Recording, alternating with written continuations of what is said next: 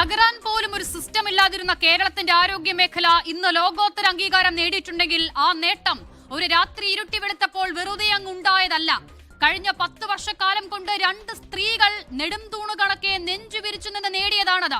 നേതൃത്വത്തിൽ സ്ത്രീകൾ എത്തുമ്പോഴുള്ള അസംതൃപ്തിയുടെ പൊട്ടിയൊരിക്കൽ ഏറിയും കുറഞ്ഞും കാണാൻ തുടങ്ങിയിട്ട് നാളെയേറെയായി. എന്റെ സംഘടന എനിക്ക് സംരക്ഷണം ഒരുക്കുമെന്ന ആത്മവിശ്വാസത്തോടെ പറഞ്ഞ സ്ത്രീയാണവർ. അവരുടെ വീട്ടിൽ കയറി റീത്ത് വെച്ച നെറികെട്ട രാഷ്ട്രീയം ഇന്ന് അവരെ കയ്യേറ്റം ചെയ്യുന്നതിലേക്ക് നീങ്ങുമ്പോൾ തിരിച്ചടി കിട്ടിയാൽ താങ്ങാനുള്ള ശേഷി ഉണ്ടോ എന്നതുകൂടി ഓർക്കുക. വിനോദിനിയുടെ വേദന കൊണ്ട് അക്രമത്തെ ന്യായീകരിക്കുന്ന ഹൂക്ക് കെയർ ക്രൂരന്മാരെ, നിങ്ങളെ വിശ്വസിച്ചതിന്റെ പേരിൽ ഇന്ന് പേര് പോലും ഇല്ലാതെ ജീവിക്കുന്ന പെൺകുട്ടികൾക്കുമുണ്ട് സാർ വേദന. ആ വേദനയെ തെരുവിൽ നേരിടാൻ ഈ നാട് ഇറങ്ങിയിരുന്നെങ്കിൽ ബാക്കിയുണ്ടാകുമായിരുന്നോ നിങ്ങൾ? വീഴ്ചകൾ ചൂണ്ടിക്കാട്ടി തിരുത്തേണ്ടവർ നിയമത്തെ കയ്യിലെടുത്താൽ എവിടെ ചെന്ന് നിൽക്കും സമാധാനത്തിന്റെ വെള്ളയിപ്രാവുകളെ ഈ നാട്? ദൃശ്യങ്ങൾ പുറത്തു വന്നാൽ മാത്രം വിശ്വസിക്കുന്ന നേതാക്കളോടാണ്. ആക്രമണ സമയത്ത് മാധ്യമങ്ങൾ അവിടെ ഉണ്ടായിരുന്നില്ല, CPIM-കാരും.